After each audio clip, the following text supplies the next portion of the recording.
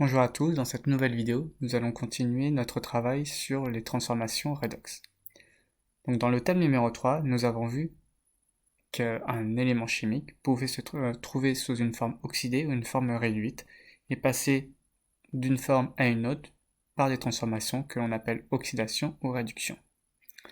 Donc si je prends l'exercice 3 que nous avions commencé à faire, on voit donc que chaque élément peut se trouver donc sous deux formes, et ces deux formes vont former ce qu'on appelle un couple oxydant-réducteur. Donc si je prends l'exemple de Br2, Br-, en regardant leur nombre d'oxydation, à savoir 0 pour Br2 et moins 1 pour Br-, si je tiens compte des règles que l'on a vues dans le thème numéro 2, eh bien je vois que Br- a le nombre d'oxydation le plus bas, c'est donc la forme réduite du brome, tandis que l'autre sera la forme oxydée. Donc le passage de l'un à l'autre se fait donc par un échange d'électrons, où l'oxydant va pouvoir capter des électrons pour former donc mes ions bromure Br-. Sachant que je dois faire en sorte que la charge électrique soit conservée, on a bien deux charges négatives avant, deux charges négatives après, et le nombre d'atomes est aussi conservé. Autre exemple, O2, O2-, où on a 0 en nombre d'oxydation pour O2, et moins 2 pour le nombre d'oxydation d'oxygène dans l'ion oxyde, on voit bien à nouveau que d'un côté nous avons un oxydant, et de l'autre côté nous avons un réducteur avec le nombre d'oxydation le plus bas du couple. Et donc cela veut dire quoi? Ça veut dire que le dioxygène va capter donc des électrons pour former l'ion O2-,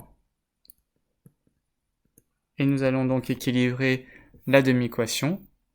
On prend donc 2 O2- pour avoir le même nombre d'atomes d'oxygène entre le début et la fin, et nous allons prendre 4 électrons, puisque nous avons deux fois les deux charges négatives après, donc 4 charges négatives après, d'où les 4 charges négatives après. Voilà. Donc vous devez être capable aussi de déterminer une demi-équation à partir d'une situation qui vous est donnée.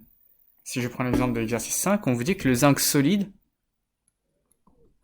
donc ZnS, s'oxyde pour former Zn2+. Et donc, s'il s'oxyde, ça veut dire donc qu'il va libérer des électrons. D'où le fait qu'on obtient Zn2+. 2+, parce que dans l'énoncé, on vous donne la valence de l'ion zinc qui est de 2. Et donc, s'il forme l'ion Zn2+, c'est qu'il a libéré 2 électrons. Un petit rappel par rapport au cours, l'oxydation consiste à libérer un ou plusieurs électrons, en l'occurrence ici 2. Si je prends le même principe, cette fois-ci c'est l'ion chlorure qui va s'oxyder. Donc l'ion chlorure qui va s'oxyder pour former du dichlore, donc Cl2, plus des électrons qui vont être libérés. Au passage, je vais devoir équilibrer mon équation pour avoir le même nombre d'atomes de chlore entre le début et la fin. Et puisque j'ai deux charges négatives avant, je dois avoir deux charges négatives après. Alors si vous remarquez, ici, je n'ai plus de double flèche. Pourquoi? Parce que dans l'énoncé, on vous dit dans quel sens se passe la transformation. En l'occurrence, dans la question 1 et 3, on vous parle d'oxydation. Donc c'est dans ce sens-là que l'on va écrire les équations. Les demi-équations. Et si je prends le troisième, donc le calcium s'oxyde pour former l'ion calcium, je vais avoir donc Ca2+,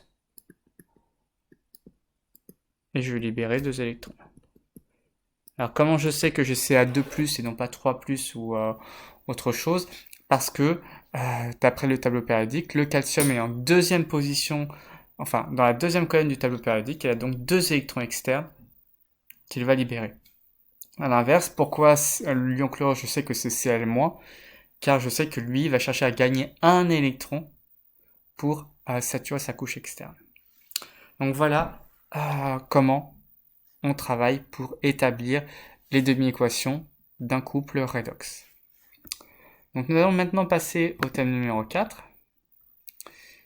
Et donc dans ce thème numéro 4, nous allons étudier les transformations redox. Car il s'avère que si on a un élément qui va gagner des électrons, ces électrons ne vont pas aller nulle part. Et à l'inverse, si un élément va prendre des électrons, ces électrons ne vont pas venir de nulle part non plus. Donc il va en fait y avoir échange d'électrons entre différentes entités et on va voir un exemple pour comprendre ça.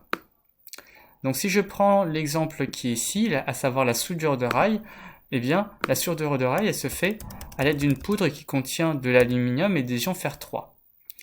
Donc à l'aide de ce que l'on a vu précédemment, je vais vous demander de décrire les transformations que vont subir l'aluminium et les ions fer-3 au moment de la soudure. C'est-à-dire que vous allez devoir essayer de me deviner, enfin pas de me deviner, mais d'établir qu'est-ce qui se passe pour l'aluminium et qu'est-ce qui se passe pour les ions fer-3. Donc je vous laisse réfléchir un petit peu là-dessus. Et une fois que vous avez